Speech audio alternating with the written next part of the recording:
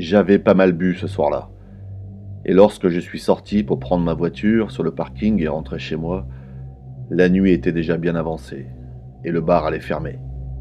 J'étais fatigué, la tête embrumée par l'alcool, et je n'avais qu'une seule chose à l'esprit, me laisser tomber sur mon lit et dormir d'un sommeil de plomb. J'habitais seul depuis quelque temps. Ma femme était partie vivre sa vie sans moi. Je vivais la mienne en dents de scie, cherchant ma voie dans l'alcool, les projets d'écriture qui n'intéressaient personne et les soirées passées dans les bars. Ce soir-là, je décidai de couper au plus court en traversant la forêt. Il y avait du brouillard. C'est alors que je les ai vus, au détour d'un virage, sur le bas-côté de la route. Une dizaine d'hommes, tous identiques, se déplaçant en grappe. Ce qui m'a frappé en premier, c'est leur allure, inappropriée en un tel lieu.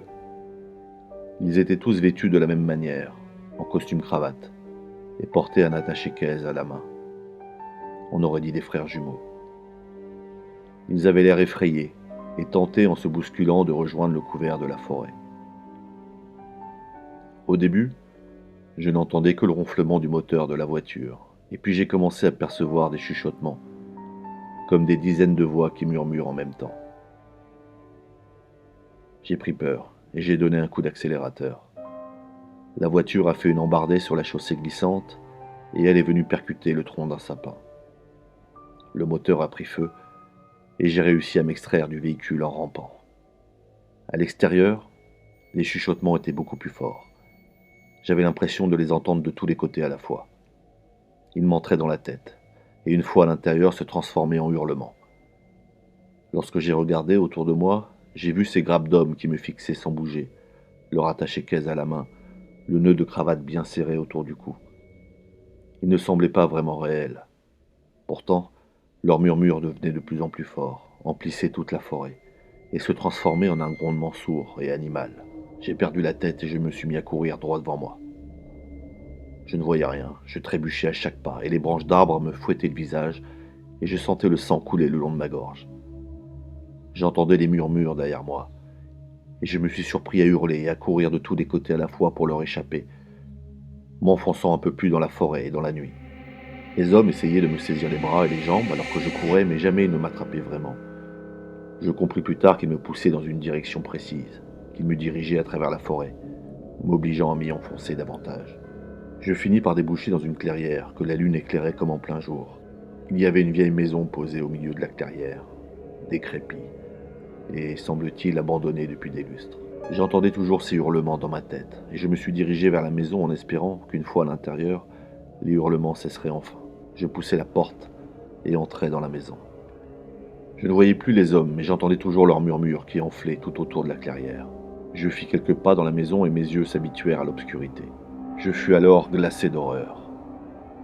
Partout autour de moi, sur les murs et les planchers, il y avait des traces de sang frais, des empreintes sanglantes sur les murs et les carreaux brisés des fenêtres. Je me suis mis à courir, entrant et sortant des pièces qui se ressemblaient toutes, et dans chacune d'entre elles, ces traces de sang et cette odeur de chair en décomposition. Je tournais en rond dans la maison, repassant dans les mêmes pièces, encore et encore, me heurtant au mur, revenant sur mes pas. Les chuchotements avaient repris. Ils semblaient traverser les murs et les planchers. Ils s'entrechoquaient en un charabia incompréhensible. Et puis je ressentis une immense fatigue et je m'écroulai au sol. Je restai assis là, incapable de bouger. Je ne saurais dire combien de temps. J'avais perdu toute notion de réalité. Je laissais les voix m'emplir, prendre possession de mon âme et de mes pensées. Et puis, je la vis alors, dans l'encadrement d'une porte. Elle se tenait là, debout, et me regardait en se balançant d'un pied sur l'autre. Une très vieille femme. Je sus d'emblée qu'elle était morte, depuis longtemps, bien avant ma propre naissance, et les murmures amplifièrent à son apparition. Ils devinrent des hurlements stridents, comme le vent en montagne ou au large, lorsqu'il semble déferler du fin fond des enfers. Je me redressai et tentai de fuir, mais je tournais en rond dans la maison, sans trouver la sortie. Et chaque fois, mes pas me ramenaient dans cette pièce où se trouvait la vieille femme. Malgré moi, je m'immobilisai devant elle. Elle me fixa, et j'entendis alors pour la première fois sa voix. C'était un chuchotement là aussi. « Tu es mon fils maintenant, dit-elle. » Je sentis alors une douleur épouvantable au fond du ventre, et je roulai au sol. Je passai plusieurs jours et plusieurs nuits couché sur le plancher de cette vieille maison, abandonnée dans la forêt. Un matin, je finis par me relever. Désormais, les chuchotements étaient à l'intérieur de moi. À ce jour, je n'ai pas trouvé la sortie. Et je crois que je ne la trouverai jamais.